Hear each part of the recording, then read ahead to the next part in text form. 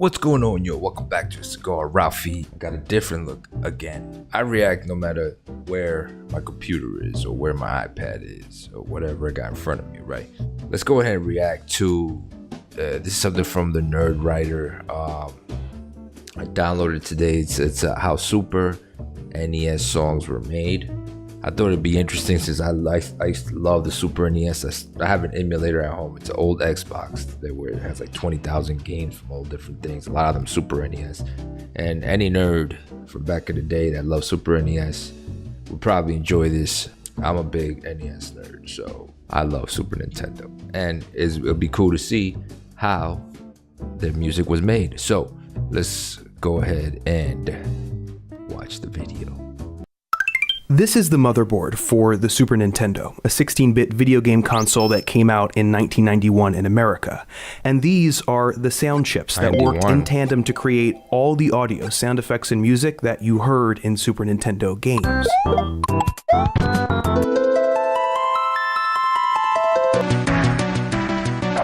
The first chip, the SMP or the SPC 700, was a processing core where a video game musician could essentially write the program that would tell the other chip, the DSP, what sounds to make. Whereas the original NES sound chip had just 5 channels and could really only do creative variations on the same basic sound, the Super Nintendo had 8 dedicated channels and used a sampling system, which meant that artists could load in noises or sound effects from instruments of their choosing. There was a lot of sense. With room for 8 simultaneous instruments and the ability to sample different sounds, the Super Nintendo was a big improvement over its predecessor. But there was still one huge limitation. Between the two chips, the system could only accommodate for 64 kilobytes of audio RAM. To give you a sense of how small that is, an average 3-minute MP3 song that you might buy on iTunes is around 6 megabytes, which is 100 times the size of the Super Nintendo's full capacity. And that's just for one song. The 64 kilobytes had to hold all the music and the sound effects for an entire game. I used to love that game, Paperboy. I loved that game.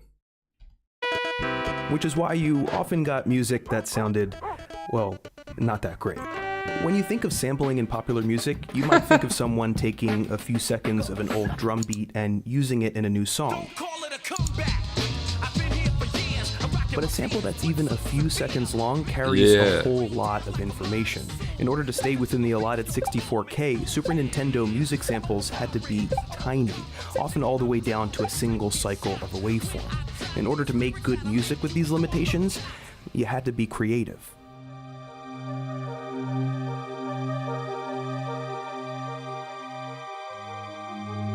What you're hearing now is Aquatic Ambience from 1994's Donkey Kong Country, a classic by one of video games' best composers, David Wise.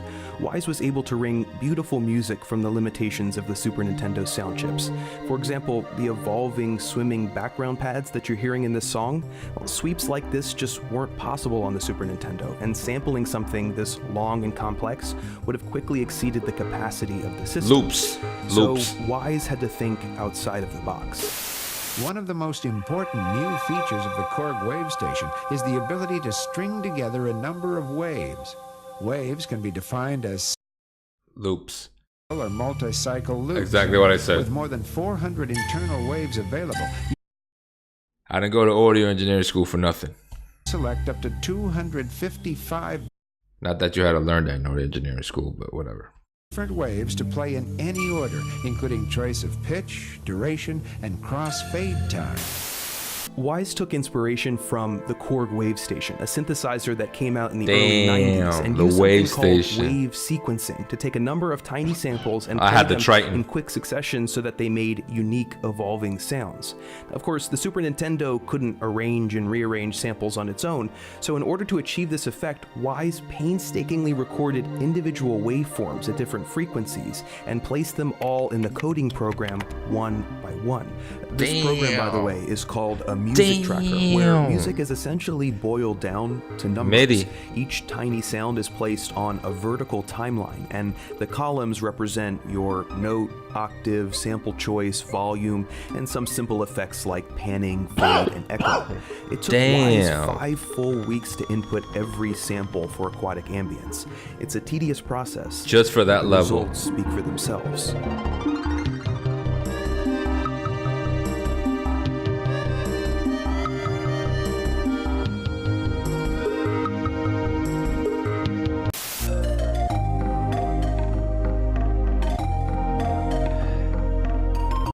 Damn, how do you get that bass in there? That was crazy. I love Donkey Kong Country, man. I love Donkey Kong Country. That was a great game.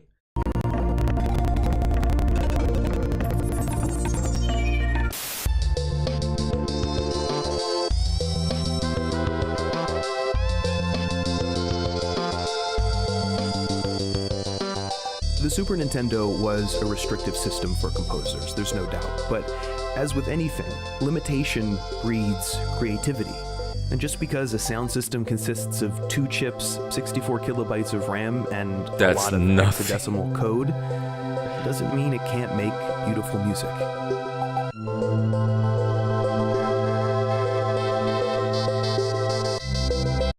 I've got pictures that are more than 64 kilobytes. That was pretty cool. That was pretty cool. I didn't know a lot of that. I knew the loops thing. I mean, I figured, okay, if he takes a sound, you know what I mean, and it has to be just that sound. I used to make beats also, so and I used to sample a lot, so I know when you sample, just looping something, boom, boom, boom, boom, just like that LL Cool J song you used. That's a sample, and it just keeps getting looped over and over. Then they add, maybe a couple other samples, maybe some synths on it, and it becomes a song. It becomes a new song. That's how essentially how hip hop was, because we didn't have, like, hip hop didn't have instruments. You know what I mean? So it was sample based. But this is interesting to know, man. I love the Super Nintendo. I loved it. I still love the Super Nintendo. I've got emulators on my phone. So anyway, let me know what you guys think. Let me know if you guys love Super Nintendo, Genesis, all that stuff. If you even know what that is. I'm sure you do. I look at my my analytics, and it's people normally in their 30s that watch my videos. So you should know what a Super Nintendo is. If you're in your 30s, at least your big brother may have had one, or you had one, maybe. I don't know. All right, so don't forget to like and subscribe. Follow me on social media, and I'll give you more details of my trip on my podcast. And I'll see you on the next smoke.